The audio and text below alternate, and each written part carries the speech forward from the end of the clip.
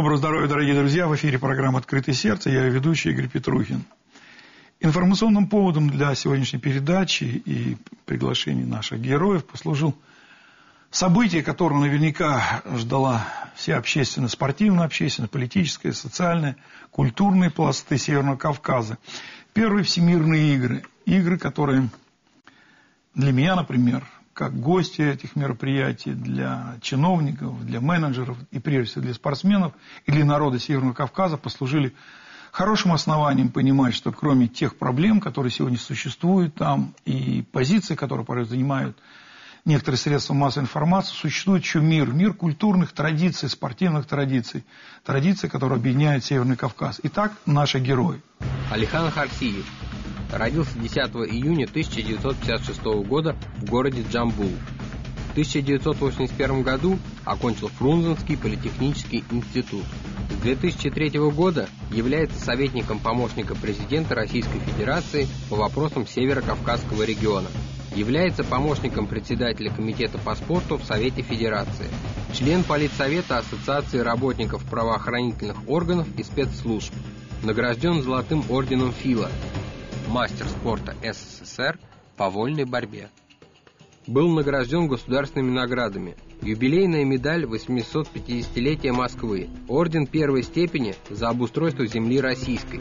Внесен в список «Золотой фонд нации».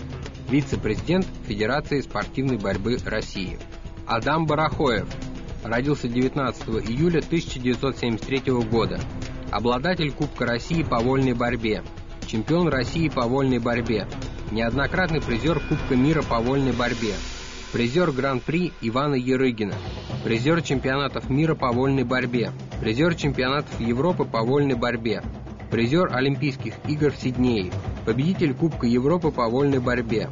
Работает главным тренером национальной сборной Турции по вольной борьбе. В 2008 году был признан лучшим тренером мира. Доброго здоровья, господа. Спасибо, что пришли. Алихан, спасибо, что ты помог мне понять совсем иначе мир Кавказа. Был интересный перелет, ночные гонки по горам. И когда я утром проснулся в этом чудном ауле, этой красотой, и когда увидел такое количество людей, объединенных одной идеей, возродить, показать и целостно рассказать о том, что существует на Северном Кавказе, я был просто шокирован. У нас сегодня два удивительных человека, люди, представители Северного Кавказа, ингуши, люди, которые всегда славились своей спортивной составляющей, как весь спортивный Кавказ. Я как-то говорил, что когда создавался канал, я не был до конца убежден, что меня будут смотреть. Буду смотреть телеканал «Боец» в том объеме, в котором хотелось бы. Я знал, что есть друзья на Дальнем Востоке, на Урале, много друзей на Северном Кавказе, но вот в том объеме, в котором мы сегодня имеем своего зрителя, я всегда был убежден, что Северному Кавказу мы нужны. Я знал, что тот контент, те герои, которым богат Северный Кавказ, это будут герои наших программ. Будь любезен, расскажи о том, в какой буйной голове родились эти Кавказские игры, зачем это надо. Я знаю предысторию, но не совсем, наверное, точно. Я думаю, что правильно было бы, чтобы ты рассказал предтечу. Спасибо. И хочу поблагодарить тебя, Игорь, за то, что ты все-таки выбрал время и приехал с нами туда. Ты видел, как тебя встречали люди. На самом деле для меня это было такое откровение, когда я видел, как тебя люди встречают, и руководители, и молодежь, и девушки, и ребята, как тебя останавливают, насколько они знают канал, насколько они любят тебя. Я пришел к ним с открытым сердцем. Да, ты пришел с открытым сердцем, ты ведешь передачу и программу свою с открытым сердцем, поэтому так и произошло. Ты помнишь, за столом даже тебе этот парень, ингуш, когда мы сидели там в гостевом дворе, сказал, вот я сказал так, что я вот сфотографируюсь с этим человеком, и все, мне уже ничего не надо в жизни. Спасибо. Я был очень удивился. Давай это оставим, давай поговорим о Кавказских первых играх. О Кавказских играх, о том, кто сегодня инициировал Кавказские игры. Это олимпийский чемпион Сеула Арсамаков Исраил. Штангист. Штангист. Но я насколько понимаю, что их все называют ингушскими играми. Это что, на самом деле? Их называют кавказскими играми сегодня. Сегодня? Но они явились как бы продолжением ингушских игр, которые мы провели в прошлом году по инициативе Юнусбека Евкурова, президента, с подачи, опять же, он является советником президента Ингушетии Арсамакова. Вот, Евкуров после проведения ингушских игр писал, неоднократно обращался к Путину, и примерно выпустил распоряжение о проведении первых кавказских игр. Все-таки я тебя остановлю и хочу еще раз остановить тебя, чтобы ты рассказал, что я, насколько знаю, что базовой основой первых кавказских игр явились те в далекие времена ингушские игры. И я сейчас не буду, наверняка не скажу что-то неправильное, где-то вблизи какой-то горы собирались жители Северного Кавказа, и вот те виды спорта, которые, та культура, наверное, которая профилируется в этом регионе, стала основой нынешних игр. Да, совершенно верно. Были игры, как они назывались, мы сейчас не можем сказать, скорее всего, это ингушские игры, может быть, их так и называли, но это были народные игры, которые собирались ингушские племена, войнахские, скажем, понятия чеченцы, ингуши тогда не было, были войнахские племена, их было очень много, даже сегодня, кроме чеченцев, ингушей, мы можем перечислить много войнахских племен, это и орстхоевцы, это и мялхинцы, это и ахинцы, и много можем, это все наши братья, и мы составляем единый народ. Ну вот в ингушской местности Мятлом был традиционный сбор этих спортсменов. В основном были единоборства, то, что сегодня мы видим, борьбу на поясах, допустим, она там существовала. Все виды джигитовки.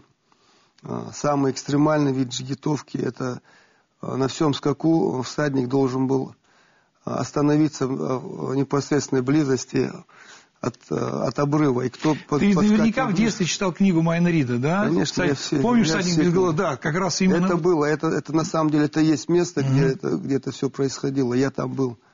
Вот, и считалось самой высокой доблестью остановиться ближе к краю скалы. Вот. И кроме того, была стрельба из лука, рубка лозы. И то, что сегодня называется армрестлинг. Да, скорее всего, точно не могу сказать об этом, но скорее всего, наверное, было как-то. Поднятие камней. Есть камни, которые там еще лежат, которые поднимал Калой Кант. Это наш не мифический, а на самом деле существовавший герой, который поднимал этот камень, и он лежит там. И есть камень, на который он на коне заскакивал, огромный такой валун, он почти вертикально, под углом где-то свыше 45 градусов 60. И вот он заскакивал туда и останавливал на этом пятачке своего скакуна и возвращался снова. Это сегодня все есть в Ингушетии. Вот. И, конечно, вот эти вещи, вот эти традиции нельзя было предавать забвению. И спасибо Исраилу, что он это все дело возродил. Спасибо Евкурову, который... Александру Геннадьевичу, Хлопонину, который возглавил Хлопонину, это мы скажем обязательно отдельно сейчас, дальше. Это, если бы не Александр Геннадьевич, это, скорее всего, этого бы не произошло. Тогда надо сказать сразу и про Бувайсера Сайтиева, который, в принципе, сразу взял это в свои руки, мощный, нашел общий язык с Исраилом Арсамаковым, они сдружились с ним здорово. Вот, подключился, значит, первый зам Вагапов, наш земляк Сулейман Геланевич, который тоже взялся за это. Вы же видели, да, с каким энтузиазмом они. Это работа большая была проделана. Где-то около года люди каждый день. Я был все время на связи с Бусиком, и они ездили туда, в Хабес, возвращались, смотрели все площадки, которые можно было. И остановились... Вот этот товарищ наш, Рауль, помните, который нас принимал, прекрасный парень, он отдал это все на проведение, все это бесплатно, все это оплатил, все это сделал с большим радушием. Но дело в том, что хочется тут же просто сказать, вы же видели радушие, с каким принимали это все, и как кавказские люди хотели общаться друг с другом. Казачья очень сердечно приветствует вас представляющих весь Северный Кавказ здесь, на этой древней земле. Я хотел бы сказать о том, что я очень благодарен и руководителю нашего округа Александру Геннадьевичу Хлопонину, и всем моим коллегам, руководителям субъектов, входящих в Северо-Кавказский федеральный округ. Древность и новое – вот что характерно для Карачаево-Черкесии. Обратите внимание на эти национальные дворы. Мы с вами те народы, которые хорошо помнят свою историю, свои традиции, свои обычаи. Но я хотел бы напомнить о том, что вершина Европы находится именно здесь, на этой древней, овеянной славой и многими легендами земле Карачаево-Черкесии. Вы обратили внимание на те прекрасные танцы и ту прекрасную песню, посвященную Миннитау, высочайшей вершине Европы, Эльбрусу. Но я еще раз повторяю, Карачаево-Черкесия, как и Кавказ, это республика, устремленная в будущее. И хотел бы сказать о том, что само образование Северо-Кавказского федерального округа решением президента России Дмитрия Анатольевича Медведева, решением председателя правительства России Владимира Владимировича Путина, это свидетельство веры в Кавказ. Я хотел бы сказать о том, что на самом деле Кавказ — это доброе, это красивое и гордое слово. Я думаю, что этот фестиваль — свидетельство нашей с вами доброй воли Кавказа и лиц кавказской национальности. Умных, красивых, добрых, энергичных, способных на принятие решений и их реализацию.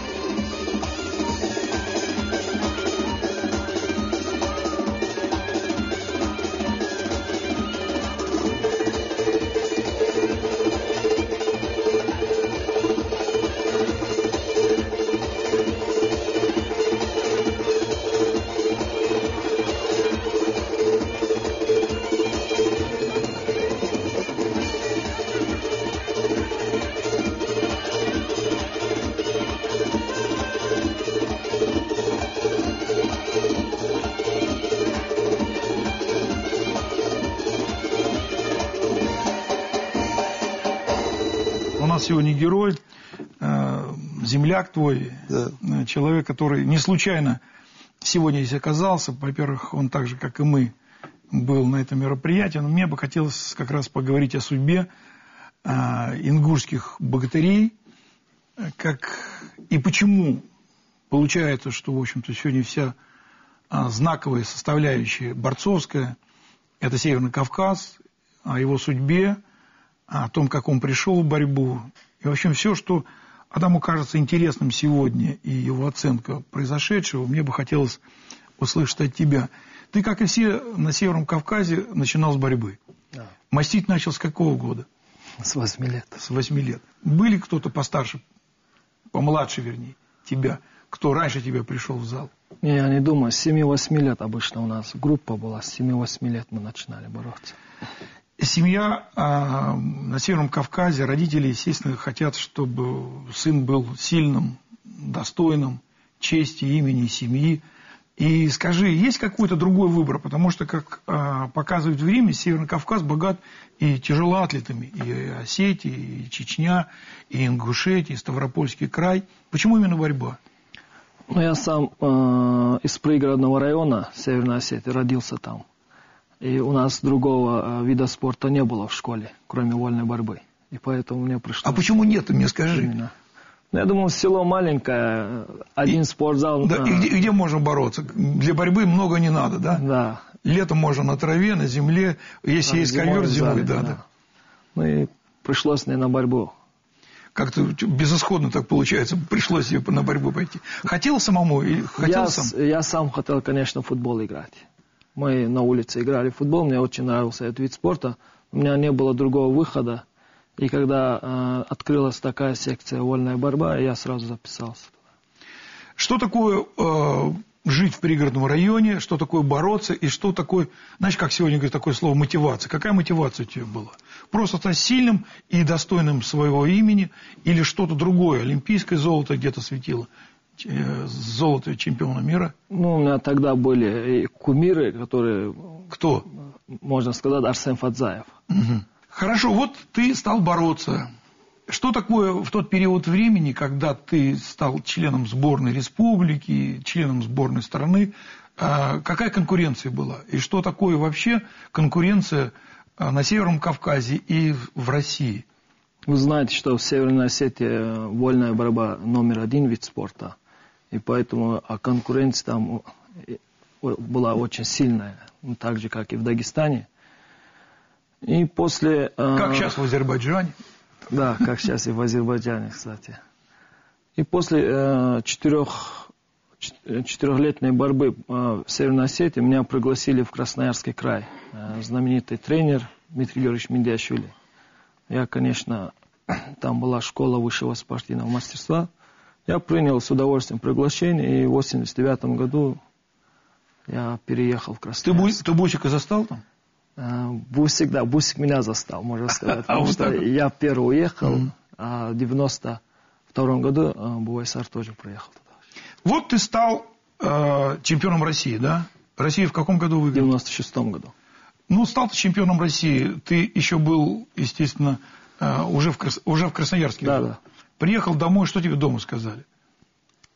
Дома меня приняли как олимпийского чемпиона, потому что в Ингушетии давно не было чемпиона России. Это после, я так думаю, да, Алихан, после Вахи Евлоева. Первый я был чемпионом России. Ну, тогда такого не было понятия. Ингушетия, Чечня была как-то проще. Нет, я домой я подразумевал дом. Не национальный вопрос, а именно дом. Да. Ну, я говорю, родственники, такая делегация была, которая встречала. Я сам себя, конечно, таким не ощущал. Но встретили, конечно, да, хорошо встретили. Прошло время, и так получилось, что ты уехал за рубеж. Чем был вызван вот этот шаг? Смелый шаг, и наверняка для тебя во многом и позитивным, и носящий какие-то сложности. Семьи не видишь, дома не видишь. Ну, было мне 27 лет, годы поджимали. Чего хотелось? Хотелось олимпийской медали, да. Как вы знаете, в этом весе у меня был соперник в России и во всем мире, БУСР Сайтиев. Всего лишь навсего. Да, всего лишь навсего. Скажи, пожалуйста, ведь ты один из тех, кто вольно или невольно способствовал третьей олимпийской медали. Расскажи об этом. Вот что такое был Сайтиев перед третьей Олимпиадой? Сайтиев? Ну, он сомневался, конечно. А вокруг сомневались? Да, сомневались. Имели право на сомнение? Конечно. Какое право они имели в этот период говорить, что у него были какие-то ряд серьезных таких минусов? Ну, у них, во-первых... Он проиграл Россию? У них был, во-первых, большой колоссальный опыт в этой области. И то, что сделал Бусик на 4-м цикле в своем весе 74 килограмма, на самом деле никто не сделал. И я сомневаюсь, что кто-то это вообще может повторить. А если мы, при всем уважении к Саше Карелину, да. Это супертяжелая весовая категория, тут немножко другие критерии, немного другая борьба, все немного другое. По большому счету физика. Да, в этом возрасте просто в этом весе сохраняется больше. Там физика, опыт и прочее. И конкуренция намного меньше. 74 это все-таки вес. Средний вес для статистического человека. Статистический вес. Сегодня он растет, статистический вес. И так. И тут, конечно, они, может быть, они и были правы где-то, но я же видел, что у него есть где-то, он так говорил, как-то не ходил, в то же время у него оставалась вот эта искра еще. Потом мы как-то советовались, был тогда Фетисов, Вячеслав Александрович был руководителем агентства, министром спорта. И мы трое собрались у меня. И он говорит, если есть, чувствуешь искра, давай, иди вперед. А я вообще не сомневался как-то в нем. Вот как-то вот почему-то я же видел его все время на тренировке, в футболе, там, сям. И самое главное... Ну скажи, сам-то вот вместе с тем, что вокруг шипели, обоснованно, необоснованно, останавливали, понимая важность и задачи, он сам был мотивирован максимально? Или сомнений какое-то было? Я бы не сказал, что так шипели, да. Но дело в том, что на самом деле есть человека, который пытается стать или, значит, становится трехкратным олимпийским чемпионом, все равно у него есть недоброжелатели. Есть люди, которые ему будут должен завидовать. стать, может стать. И те же олимпийские чемпионы, и другие. Конечно, они где-то были. Это жизнь, это никуда от этого не денешься. Это, к сожалению... Мы с тобой много об этом говорили, я тебя отлично понимаю. Здесь человеческий фактор, которым все мы страдаем, вольно или невольно, он, конечно, сыграет какую-то роль. Да. С одной стороны, это как будто защита чести, достоинства страны, это не ослабить важность двукратного олимпийского чемпиона и уйти вот так. Хорошо, но Буайсар сам понимал всю ответственность, которая, может быть, будет на него возложена. Конечно, он говорил. Что для этого он делал? Это большой труд. Он знал, что этот цикл – это большой труд. Но в то же время были люди, которые... Его же все любят. Его во всем мире любят. Это уникальный человек. Как Адам сказал, он, кроме того, что он на ковре, уникальный. Это вообще какой-то механизм борцовский, который просто бесполезен. Но есть этому определение? Это гений. Скажи, он всегда хотел быть олимпийцем до такой степени, чтобы лучше всех? Я вам открою маленький секрет. Мы были еще тогда юноши, зрителям всем. Нас было трое друзей. Я, Ислам Матиев и Буайсар Сайтиев. Мы когда еще боролись по юношам, конечно же, про Фадзаевых, про Хадарцевых много разговаривали, про известных борцов. Конечно, мы тогда были еще юношами, и мечта, конечно, чемпион мира, олимпийский чемпион. И когда мы с Исламом, с Буайсаром разговаривали, ему эти цифры казались маленькими. Двукратный олимпийский чемпион. Вот так? Да. И до сих пор это у меня осталось. Я сейчас всем своим ученикам рассказываю и ставлю пример Буайсара Сайтиева. Он уже тогда, еще по юноше, он думал 7-8 чемпионатов мира, 3-4 Олимпиады. Вообще не видно, что это трехкратный олимпийский чемпион. Более того, я тебе говорил, Алихан, в этот день, в этом ауле, на 1 квадратный метр олимпийских чемпионов было больше, чем на любой Олимпиаде. Идешь, тыкаешься, двукратный олимпийский чемпион. Двукратный олимпийский чемпион наливает тебе воды. Трехкратный олимпийский чемпион говорит, Филиппович, не капает. То есть, в принципе, чемпионы мира здесь, это меня просто поразило. Я еще раз хочу вернуться в этот аул, я еще раз хочу с восторгом, с воодушевлением сказать, что в этот день сидели олимпийские чемпионы мира, руководители регионов, причем настолько было все вот это рядом, тот гнет, та ответственность, те проблемы, которые есть, увы, в этом регионе я, например, не ощущал. Я отлично еще раз понимал, что спорт и единоборство, в частности, пусть меня простят те, кто стреляет из лука и бегает по дорожкам, может сделать просто, какие-то невообразимые. Можно решить любую проблему, можно прийти к финишу с чувством долга, достоинства и дружбы. Когда руководитель региона ходит без всяких проблем между жителями, когда общаемся, здороваемся, это ингушский стол меня просто поразил. Понимаешь, это хлебосольство, это дружба, сидят осетины, чеченцы, все абсолютно вместе, и ни о каких проблемах разного района нет, и нет даже тем для обсуждения чего-то, это на самом деле объединил просто спорт. Давай немножко еще о тебе. Вот ты сегодня живешь далеко, живешь в Турции, живешь уже 11 лет, являешься главным тренером сборной Турции по вольной борьбе. Это, мне кажется, достижение, о котором трудно даже было когда-то мечтать. Что такое сегодня твоя жизнь там? Расскажи, как к тебе относятся, какие твои обязанности и, ну, естественно, оценку турецкой сборной. Ну, с 2005 года я возглавляю сборную команды Турции. После карьеры меня сразу поставили главным тренером. Передо мной был... То есть ты сперва боролся, и, в частности, Олимпиады мир, ты уже выступал за Турцию? Да, за Турцию. И в 2004 году покойный мой тренер Хасан Владимирович Апаев тоже возглавлял сборную Турции. После ухода на этот пост пришел еще один болгарский турок, олимпийский чемпион Исмаил Абилов, который, кстати, выиграл Московскую Олимпиаду в 80-м году. И после него как бы эстафета перешла ко мне. И с тех пор, с 2005 года... Были у кого-то сомнения, что ставить тебя, не ставить, все-таки ну, почти земляк, но все-таки? Конечно, там, вы знаете, вольная борьба как бы у турков считается национальным видом спорта, и кандидатов было очень много. Те же олимпийские чемпионы, которые у них в 96-м были, Махмуд Демир, 130 килограмм, был кандидатом, но тренерский совет выбрал меня. Скажи, ну что это такое? Я вообще не понимаю. Алихан, что такое? Любят, уважают.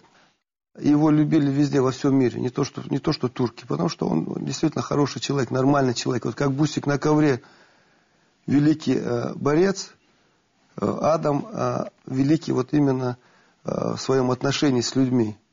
Он мягкий, нормальный, интеллигентный. Мягкий, жесткий. Сильный, мягкий, где надо, жесткий. Поэтому его любят. То, что его выбрали... Здесь, если, допустим, в России, конечно, если будет стоять вопрос о главном тренере, конечно, какие-то действующие молодые борцы, которые имеют вес и право в спортивном мире, право голоса, они, конечно, будут иметь какое-то... Их голос будет иметь значение. Да.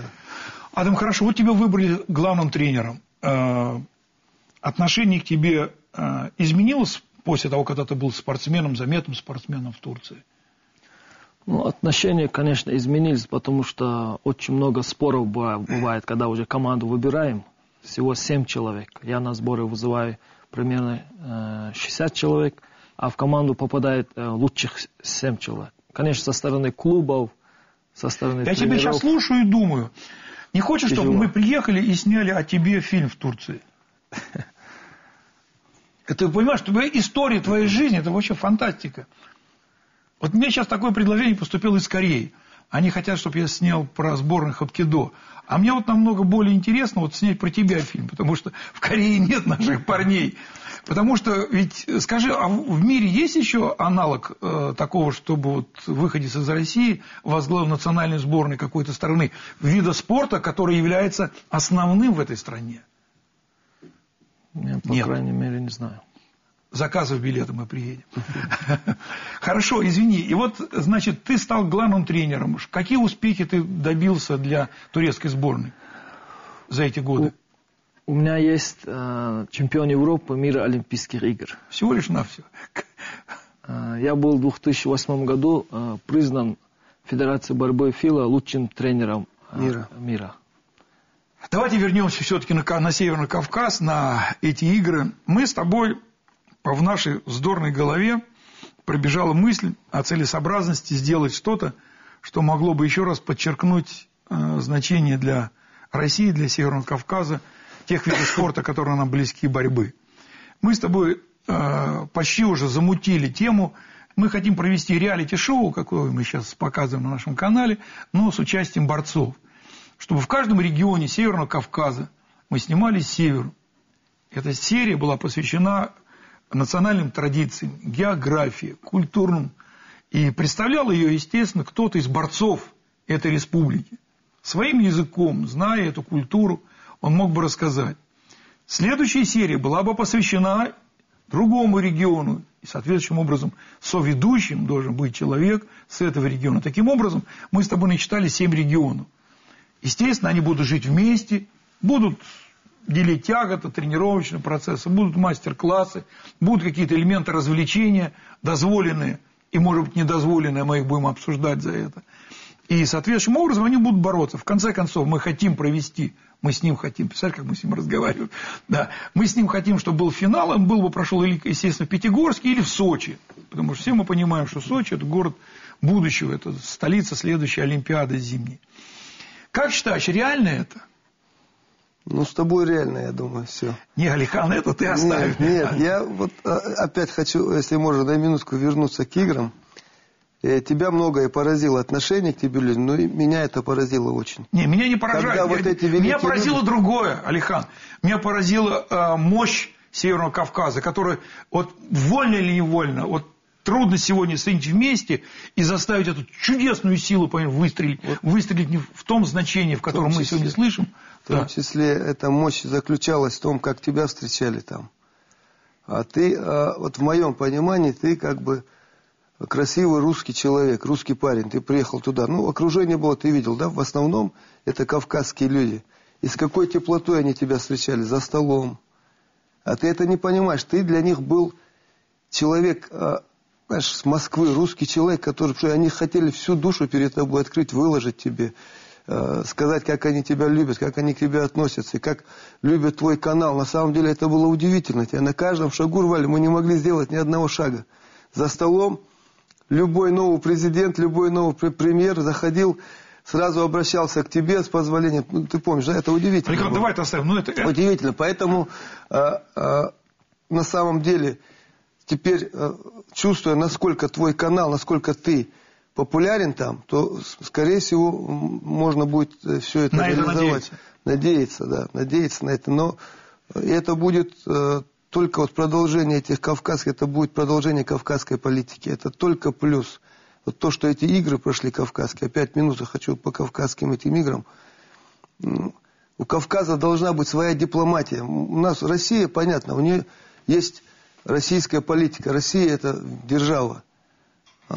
И российский президент, например, не могут отойти от России, от великой политики великого государства. У Кавказа должна быть своя политика, своя дипломатия. И мы должны быть не грузом там у России дотационным, как обычно, а мы должны показать свой потенциал интеллектуальный в том числе, что мы равные среди равных, что наш южный этот округ федеральный, который сегодня возглавляет Хлопонин, дай Бог ему, чтобы все у него получилось, он талантливый парень, талантливый бизнесмен, человек прекрасный, поэтому... Чтобы мы вошли нормально. Но для этого мы должны понять, что мы хотим друг друга. Потому что у нас много есть проблем сталинского наследия, там, царского какого-то. Просто была другая политика. Сегодня мы видим, что по-другому. Видим то, что творится в Грозном сегодня. И сегодня Грозно, на самом деле, самый на зависть всему Кавказу, всему миру. Сегодня Грозно самый красивый Дубай, город. Я ночью приехал в Дубай. Дубай, да я никогда не думал, что Грозный может быть... таким красивым. Я там вырос, прожил это, я с детства там. Я там с полгода с Казахстана, как приехали, мы там. Но дело в том, что мы сегодня идем и видим этот чистейший город, эту атмосферу, где все выкрашено, все вылезано. Мрамор. И я просто думал, даже без мрамора, просто отношение какое-то, там все, там чистота. Все идет от чистоты. Просто люди сами делают свой город прекрасным. А вот эти как раз соревнования, вот эти вещи, которые за столом. Помнишь, когда Евкуров вызвал ребят, которые не обнялись на поясной борьбе, Ингуш и Карачаевец? Какой мудрый человек, какой шаг был. Как они обнялись и как они с удовольствием это сделали. Потому что вот эти все батальные вот эти чувства прошли, и они обнялись, и они были рады, что их позвали и дали им обняться. И в рамках самих игр и вообще всей политической составляющей. Это было удивительное шаг. Поэтому я уверен, что вот это задуманное штука, да, мы ее осуществим. Я не очень понимаю, о чем речь, но я буду делать все, что мы задумали. Хорошо сказал, мы с ним задумали, но я не совсем понимаю, что... Нет, технически я не понимаю. Не надо тебя понимать. Я понимаю, что ты это знаешь очень хорошо. Чувствуешь. Ты знаешь ключики, ты знаешь двери, и если мы на самом деле откроем это сердцем. Да. А ты видел, какие сердца открылись, какое было общение. Президенты за столом. Ты же помнишь, как они до того общались между собой, но было видно, что кавказские люди просто хотят друг друга обняться, потому что всем надоело это. И мы все знаем, что мы все равно одни, мы переплетены всеми корнями. Сегодня вот возьмешь, мы тюркоязычные, войнахи, которые разговаривают на одном языке, там осетины, третий, четвертый, мы все переплетены. Мы, если копнуть, мы все переплетены вот на этом кусочке. Это же древнейший кусочек земли. И поэтому вот эти вещи, конечно, надо делать. Алихан, к сожалению, как всегда, я говорю ближе к концу, что у нас эфир не резиновый. Я чрезвычайно рад, что вы пришли. Я очень хочу надеяться, что и многие участники первых Кавказских игр будут здесь гостями. Мы поговорим о спорте, поговорим о составляющей. И в процессе наших разговоров мы потихонечку будем двигаться к решению той задачи, которую мы для себя определили. Спасибо вам огромное, что вы есть, что вы такие. Мы с вами прощаемся, дорогие друзья. До новых встреч в программе «Открытое сердце».